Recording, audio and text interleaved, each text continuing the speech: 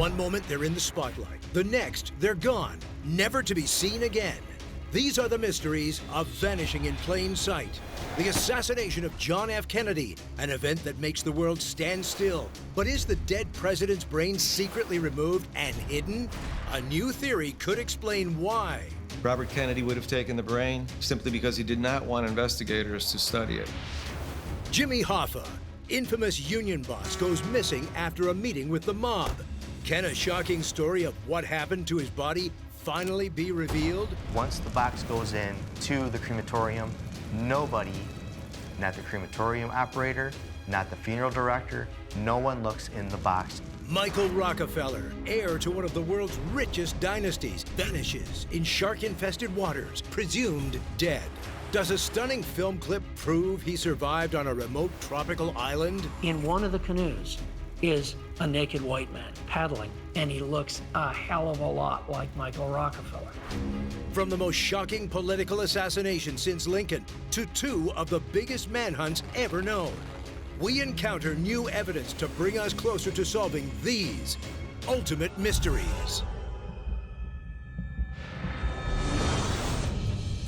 An American tragedy. When President Kennedy was brought into the emergency room, the back of the head was blown out. A controversial autopsy. There was no autopsy done in the hospital. A missing brain. Who was responsible for taking Kennedy's brain? Where is it? If it was taken, then by whom? Government officials? A family member? Compelling evidence may reveal if and why it was taken, and perhaps where it is.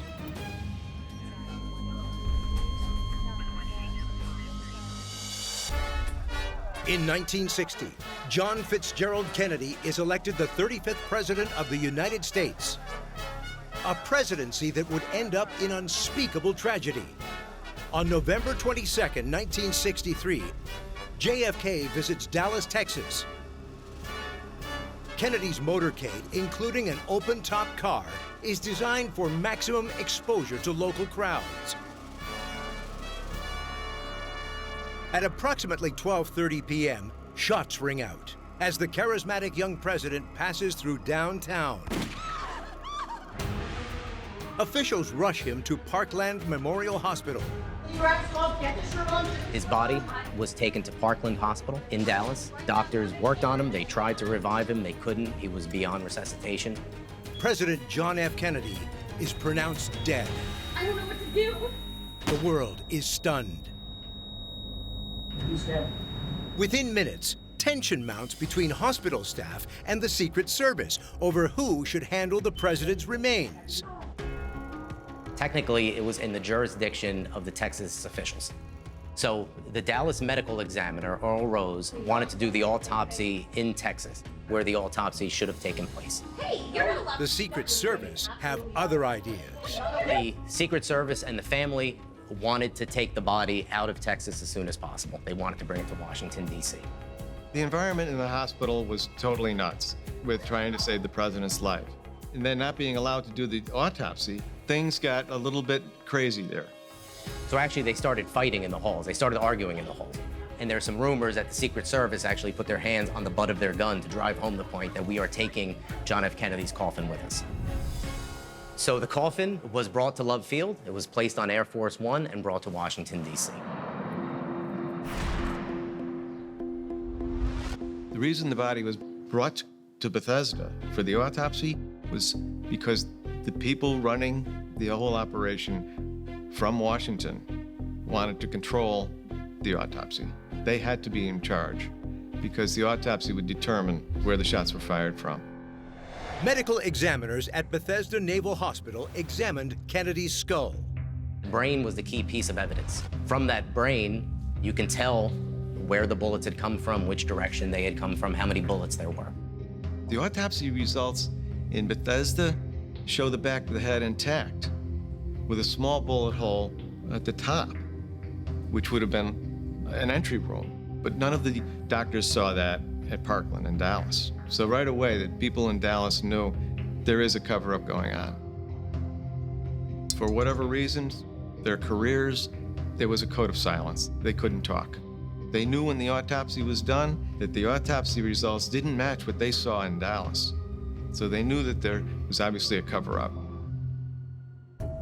In this atmosphere of secrecy and suspicion, many believe something strange then happens. Kennedy's brain is not sent with his body for burial. Instead, it is taken away and secretly stored. There was claims that the family wanted the brain buried with the body, but that didn't happen. The body was buried on November 25th. There's some speculation that the brain was actually examined twice, re-examined, and that second one would have been on December 2nd. Now, this was a key piece of evidence. The events raised troubling questions about a possible government cover-up.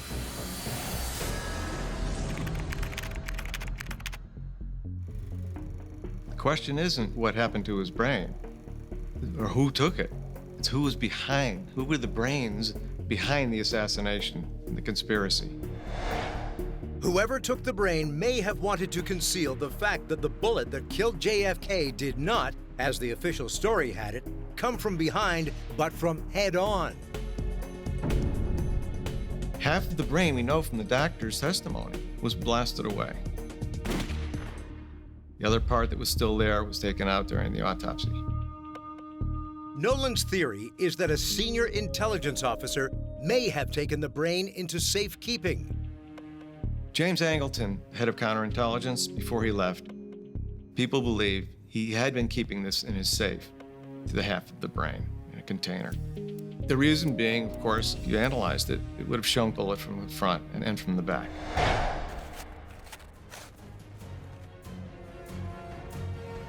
And he keeps it until he is removed from his counterintelligence post in 1973. During that transition period, his safe, all of his files, his vault, were cleaned out. And one person who worked there, a CIA officer, did state that they found something very disturbing. And it is assumed that that was the other half of Kennedy's brain. When you think about it, and you use your brain, you'll find out the brains behind the assassination. That's the secret. Some speculate this secret was kept in the family, and this was a very powerful family. Robert Kennedy had taken his brother John F. Kennedy's brain. On April 22nd, 1965, 18 months after the assassination of John F. Kennedy, Robert Kennedy, now a senator from New York, sends a letter to Dr. George Berkeley, who was President John F. Kennedy's personal physician, and tells him that he wants the brain, as well as other materials, photographs and x-rays from the autopsy, transferred from the Secret Service file cabinets to the National Archives. It is documented that the brain was brought over to the National Archives.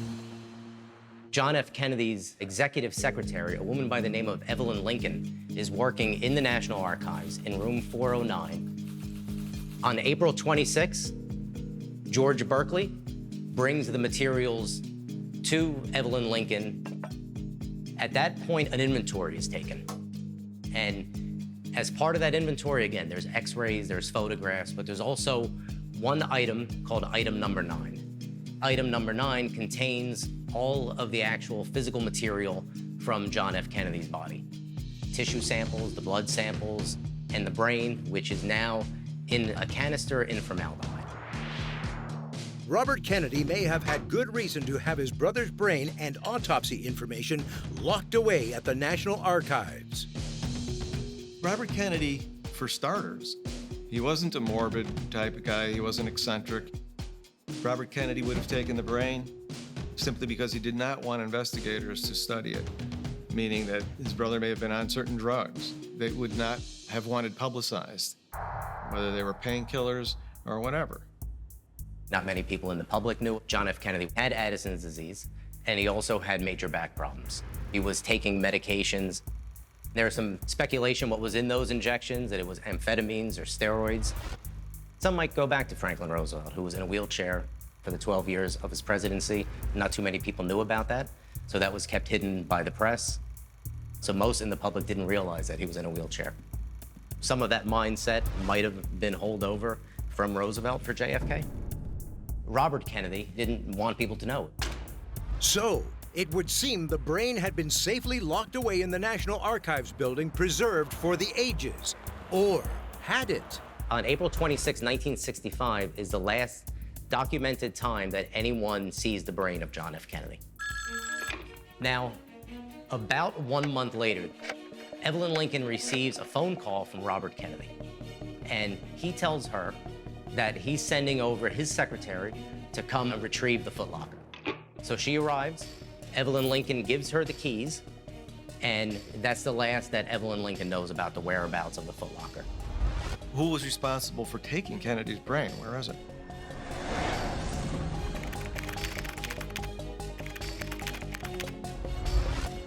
One of the more compelling theories is that a family member may have been involved in the brain's disappearance for another reason entirely.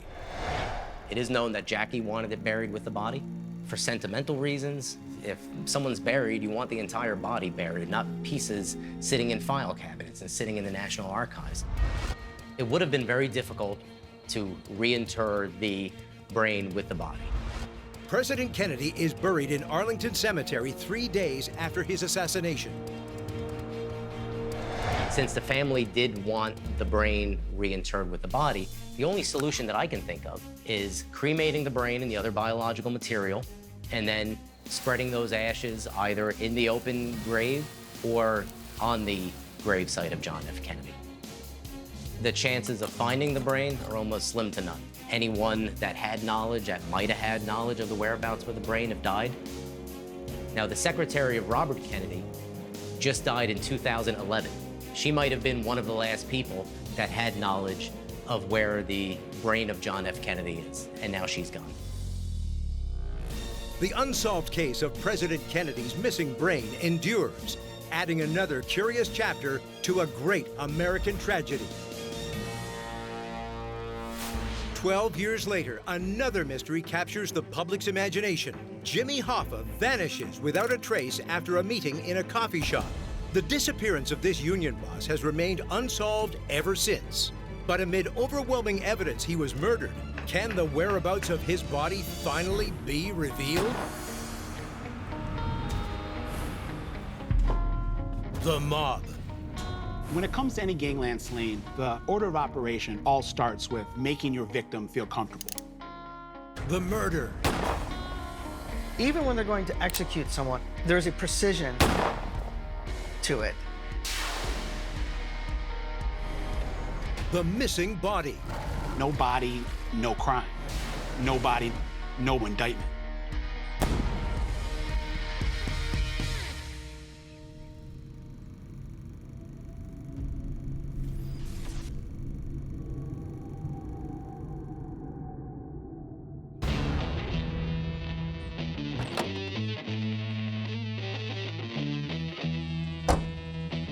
On July 30th, 1975, one of the most powerful men in America goes to a scheduled meeting at a Detroit area restaurant, then vanishes off the face of the earth.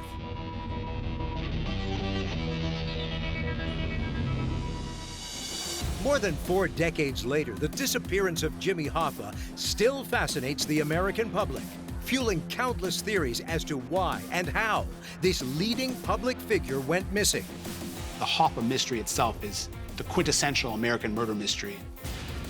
There have been literally hundreds of theories of what happened to him. He just vanished.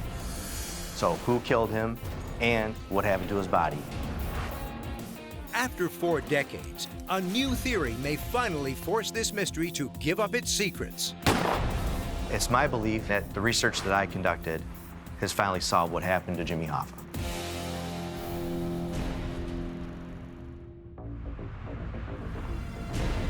James R. Hoffa grew up in the Motor City, Detroit, Michigan. As a young working man, he gets involved in the local Teamsters Union. His charisma and tough guy approach allow him to quickly rise through its ranks, eventually becoming a national leader.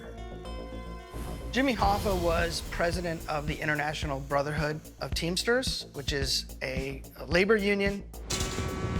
Like any labor union, they help negotiate contracts, better benefits, safer working conditions. Growing up in Detroit, and my grandfather was a Teamster, I have heard all the stories about Jimmy Hoffa's disappearance since I was a little kid. And growing up in the area where he disappeared, he disappeared only a few miles away from where I grew up. And it's always been one of those stories that you hear about him for the past, 40 years. You grow up hearing about this man, and you ask questions and find out what happened to him, and the media and all the TV shows and all the different things about him. Hoffa was a fighter, a tough guy. He was not afraid of anyone. But Hoffa's rise to power is far from above board. He has ties to organized crime. Obviously, the mafia, he starts talking to the wrong people. Two of Hoffa's mob associates, Tony Giacalone and Tony Provenzano, will end up playing a big role in why and how he goes missing. Tony Giacalone, who is a captain in the Detroit Mafia. Tony Provenzano, who is a captain in the Genovese crime family in New York. At the height of his power, Hoffa's career crashes to an abrupt halt. Teamster boss James Hoffa begins serving an 8-year prison term for jury tampering. Parole is possible in 32 months. Hoffa is convicted on jury tampering charges, conspiracy, fraud. So he goes away to prison. In 1971, President Richard Nixon issues a presidential pardon. But a stipulation attached to that is he can not hold office within the Teamsters until 1980. However, Hoffa is determined to get his old job back at any cost. Jimmy Hoffa believed that the stipulation of the pardon was illegal. There was no reason for a stipulation, and nobody had ever been handed an unconditional pardon with any kind of stipulation on it. Well, that was put in place by Frank Fitzsimmons and the people that wanted to keep Fitzsimmons in power. They paid $500,000 to get Jimmy Hoffa the pardon, but also another $500,000 to have him have the stipulation put on the pardon. And Jimmy Hoffa did not agree that there should be any kind of stipulation, and that's why he lobbied and attempted to whatever he could do to get the power of the Teamsters back. Frank Fitzsimmons was Jimmy's vice president. He was a person that Jimmy Hoffa trusted to basically watch the store while he was in prison. And he controlled Fitzsimmons to a point, but then after a while, Fitzsimmons was given the power and the ability to make decisions. And when it all came down for the pension fund, Fitzsimmons did not have any control over how the pensions were given to, say, the people that wanted to borrow off the pension. Jimmy Hoffa would always get points or money off the top of any kind of loans he would give to organized crime. Frank Fitzsimmons didn't have anything to do with that, and the organized crime folks from Jersey and all the other places, they were happy with Fitzsimmons, and they did not want Hoffa to have the power back. Jimmy Hoffa was a very powerful individual. He had the power of the Teamsters, being the president of the Teamsters from 1957 till when he went to prison. So he wasn't going to give that away to one of his underlings. So whatever he had to do, whatever Jimmy Hoffa had to do at that point in his life was to show these people that he was a force to be reckoned with. He was not going to go lying down and just retire like he was told to be. He was Jimmy Hoffa. He helped build that union. He made a lot of money for those people, and he wanted his just due. He wants to be an active Teamster leader again, but there's a problem, right? So he's going to challenge that legally and politically. You have your lawyers, and they're going to challenge the constitutionality of it.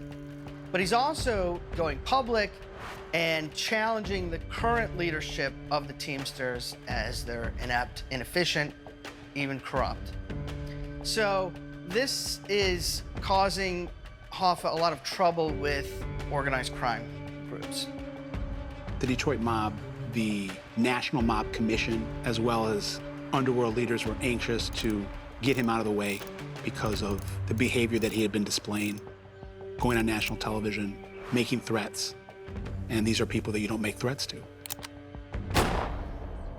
From 1971, when he was released, he was lobbying to try to get his power of the Teamsters back, and he was actually going to give information and talk about how the Teamsters Union was under the thumb of organized crime. Hoffa makes it clear that I will do what it takes to get the union back. Hoffa's threats attract notice, and a meeting is scheduled with the two Tonys. Jimmy Hoffa was attempting to meet with Anthony Giacalone because he had known the man for years. However, there was a problem with Anthony Provenzano, Tony Pro from New Jersey, because they had spent time in prison together. And Tony Pro was very unhappy with the fact that he was not allowed to get a pension because of his involvement in labor racketeering and why he was in prison.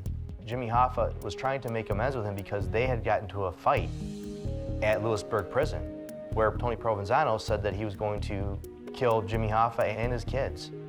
Jimmy Hoffa told him, you're the reason why I'm in here. So that became a very big problem. Now, once they both got out of prison and Jimmy's trying to get the union back, Tony Provenzano would have been one of the people that would have been able to help facilitate that. Jimmy Hoffa had met with Anthony Giacalone on a couple occasions to where they were trying to help negotiate and trying to appease him. The man had made them a lot of money, and they were very allied to Jimmy Hoffa, and they were loyal to an extent, but then they had other people telling them what strings could be pulled, what they could do and not do, and Jimmy Hoffa wasn't going to get the union back. There was just no way they could do it. So Giacalone was trying to help at first to just tell Hoffa, hey, it's time to back off, and let's just, how about you just retire and enjoy your grandkids? Jimmy Hoffa didn't want to hear it. Jimmy Hoffa was also a very good, close friend of Russell Buffalino, the crime boss of Pennsylvania. He was an old mobster, and he had helped facilitate the Appalachian meeting. He was very well respected in the mafia community, and he was the one that was trying to tell Jimmy to relax and to also retire. When Provenzano and they were approached and everybody was trying to get to, let's talk to Jimmy Hoffa about all this, let's figure this out. They already had made the decision a year prior that they were not going to have him come back to the union. After 4 years of lobbying, Jimmy Hoffa believed that the July 30th meeting was going to help him get his union back. On July 30th, 1975, James R. Hoffa left his home in Lake Orion, Michigan, and drove to the area of the Marcus Red Fox and believed that he was going to be meeting with Anthony Provenzano and Tony Giacalone at 2 p.m. We know from eyewitnesses at the restaurant that Hoffa was there. But the two high-ranking mobsters are late. Around 2:15 p.m., a frustrated Hoffa calls his wife. I'm here at the restaurant. Tony G's not here yet. I'm waiting for I don't know how long. I don't get this. Goodbye.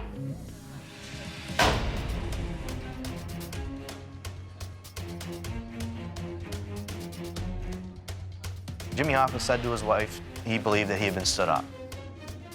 That's the last time anybody in his family ever heard from him. At 2:30 p.m. is when, finally, a large sedan pulled up. Jimmy Hoffa was seen getting into the vehicle, and then they left southbound on Telegraph Road. Witnesses said he entered the car willingly. And that was the last public sighting of Jimmy Hoffa. When he doesn't come home, his family become concerned. He didn't come home at all last night.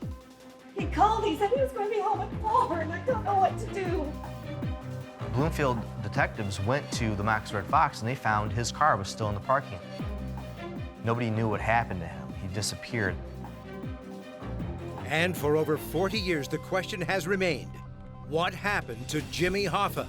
I don't believe there's any way Jimmy Hoffa survived the afternoon of July 30th, 1975. He was murdered.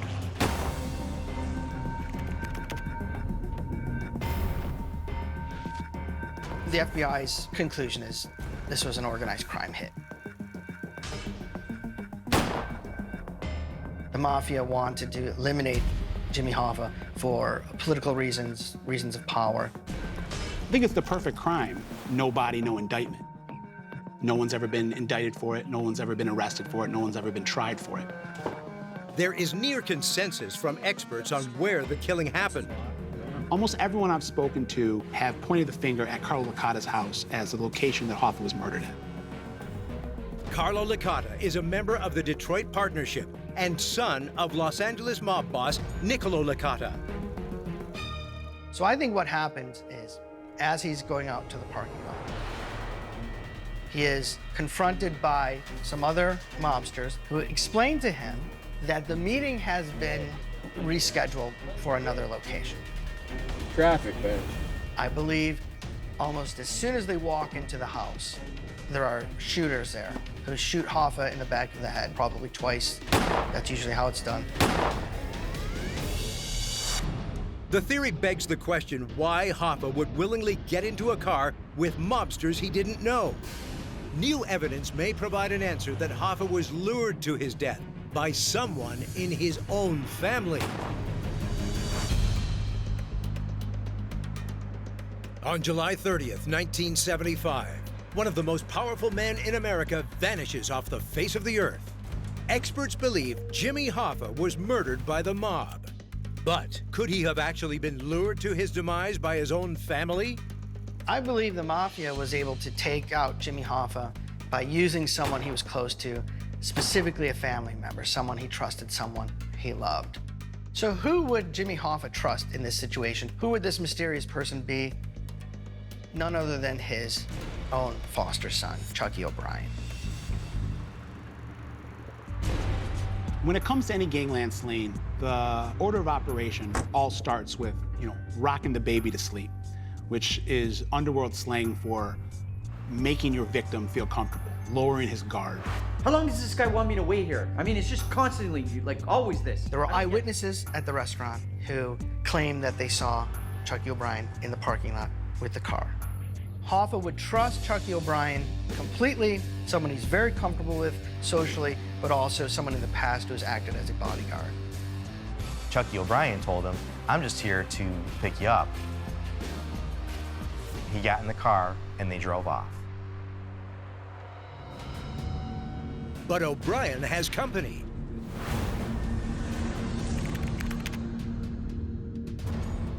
Authorities uncover a clue to the identity of Hoffa's gunman when they discover Chucky O'Brien is not the only person in the sedan that fateful day in 1975. Frank Sheeran was one of 9 people that the FBI had as a suspect in the disappearance of Jimmy Hoffa. They called him Frank, the Irishman, Sheeran. He was a labor racketeer, also a tough guy. Hoffa would have felt comfortable getting into a car with Frank Sheeran. Frank Sheeran was one of Russell Buffalino's men. Jimmy Hoffa had met with Frank. They had talked about, well, he wanted his union back, and that's when Frank told him, "Jimmy, it's time for you to retire." And when Jimmy Hoffa said that, "I'm not giving up, I am going to get this union back, and I need your help to do this. Are you on my side or not?" Frank tried to appease him and tried to help him out, but it just became too much of a political and monetary issue for everybody involved, and their lives were on the line too. Frank Sheeran knew that if he were to help Jimmy Hoffa against Russell Buffalino, they'd both be dead. In 1994, a seriously ill Sheeran makes a stunning confession.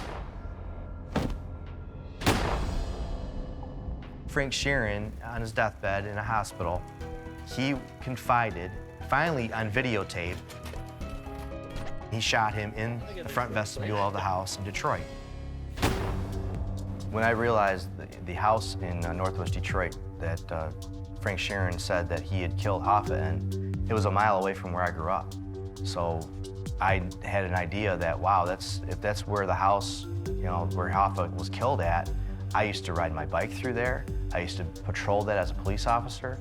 I knew exactly what he was talking about. I knew exactly what Frank Sheeran, the area he was talking about. If Sheeran's confession seems the most convincing explanation for how Hoffa was killed, another question remains. What happened to his body?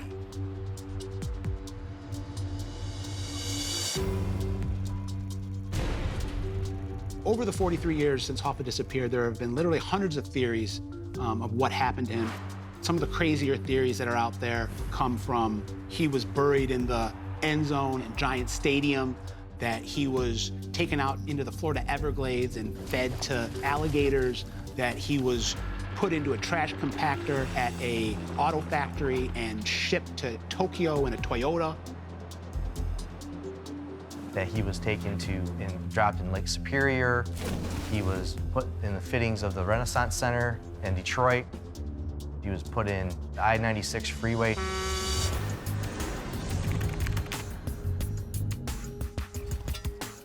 Some researchers believe Hoffa's chopped up corpse is buried. Others believe his body parts are placed in trash bags and thrown into dumpsters. What is agreed is that the mob do not want Hoffa's body found. I'm of the firm belief that the easiest way to get rid of a body is to burn it. The Detroit mob in 1975 had access to 4 different incinerators within a 20-minute drive of the Maka Spring Fox.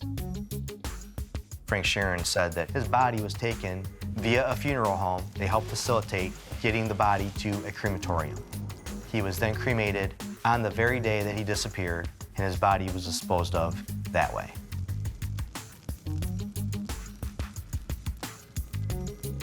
Hansen thinks he's uncovered the exact location where Hoffa's body was cremated. Evergreen Cemetery, just a few minutes away from where he was supposedly killed.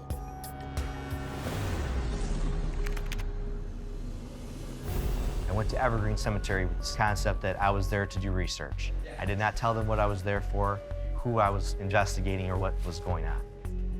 They gave me access to their files, and I found out that on the day that Jimmy Hoffa disappeared, 2 women were cremated at Evergreen Cemetery. One was 89, one was 90 years old. I was able to verify that the one woman was a real person. I verified her through death certificate. The other lady that was cremated that day, I could not find any records of her birth. I could not verify that she was a real person, that she even existed. The theory is that her identity has been concocted by the mob. Once the box goes in to the crematorium, nobody, not the crematorium operator, not the funeral director, no one looks in the box to see if it's a man or a woman or anything else in that box. They simply take that box, they put it into the crematorium, into the oven.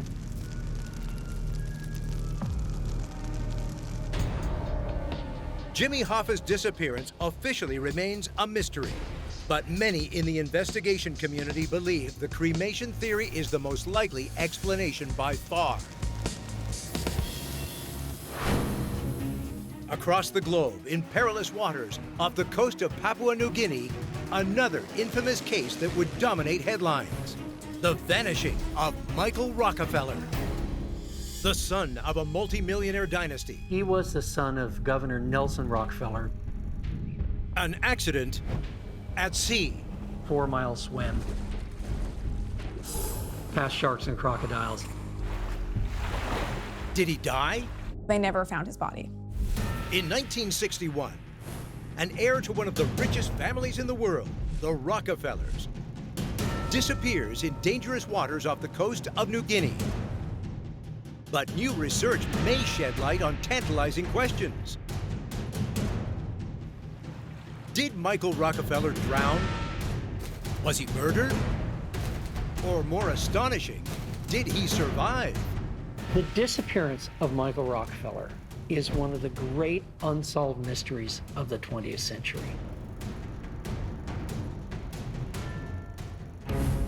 The Rockefellers are an American dynasty built on oil, real estate, and politics. Michael Rockefeller is the 5th child to parents Nelson and Mary.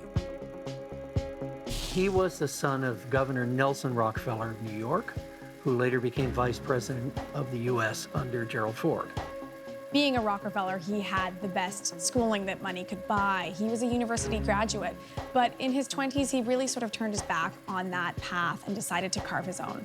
He shied away from the family business.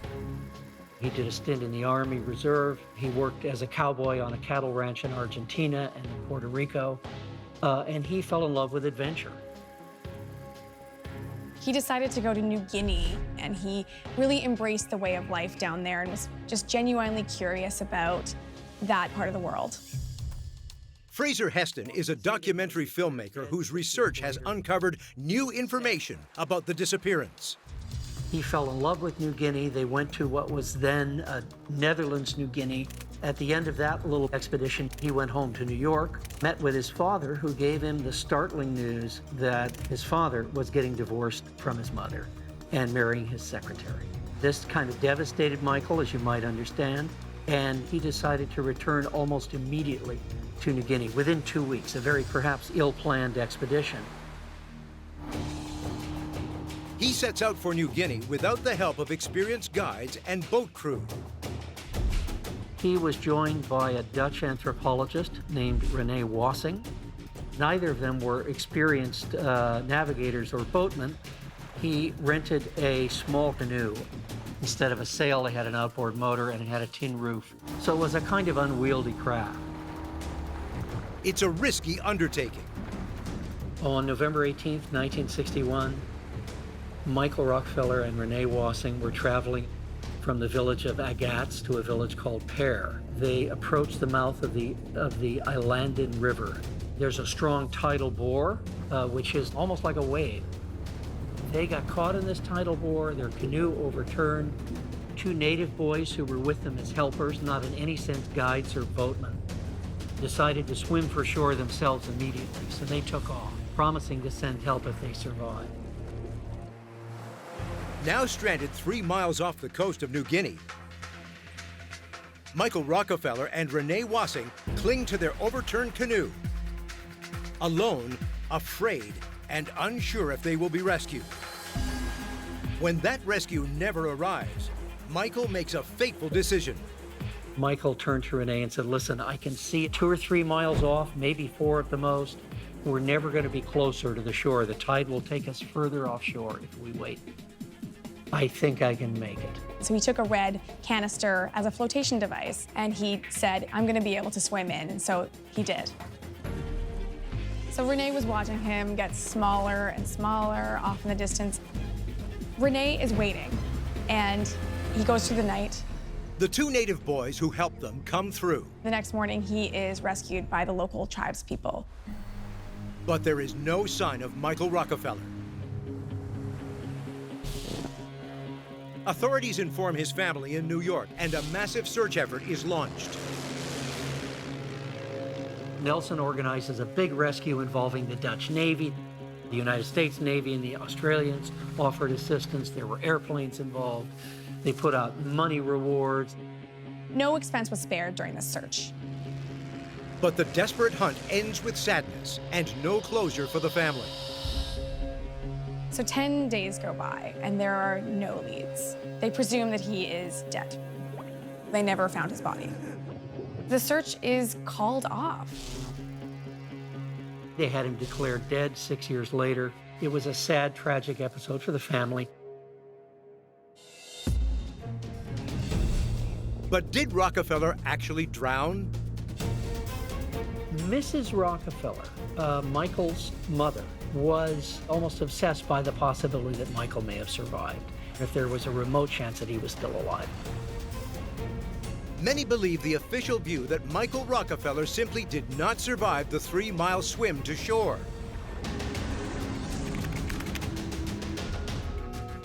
Nelson Rockefeller sincerely believed Michael had drowned at sea. Nelson was convinced by the Dutch authorities that Michael had probably drowned at sea or was unfortunately perhaps eaten by crocodiles or sharks, both of which abound in the Arafura Sea. It's infested with these creatures. But what if Nelson Rockefeller is wrong and his son was able to swim to shore? Could an entirely different fate have befallen him then?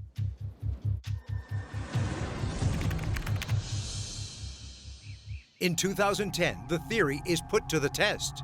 A writer for Outside Magazine decided to duplicate the swim, and he took a small boat, jumped in the water with a gas can tied to his belt, and made the swim the 2 or 3 miles to the coast of the Arafura Sea. Survived the tidal creeks and crocodiles and sea snakes and made it. Even if he did, Michael could still have been in danger according to a local missionary named Father Van Kessel. He put forward a brutal theory: cannibalism. He may have actually made it to shore only to become victimized by this community that was known to be cannibals. Father Van Kessel claimed that Michael made it ashore, survived his 2 to 4 mile swim past sharks and crocodiles, was met by 3 fight chiefs from the village of Otchenep, who in turn decided to kill him and possibly eat him in a ritual sacrifice or ritual cannibalism.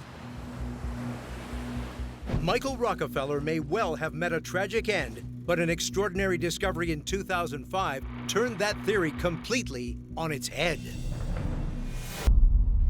So if he didn't drown, he didn't get eaten, what could have happened?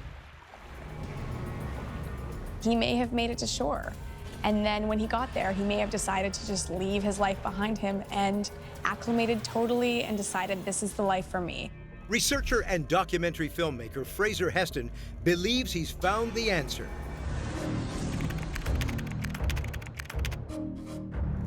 In 2 short seconds of film shot in 1969, 8 years after Michael's disappearance.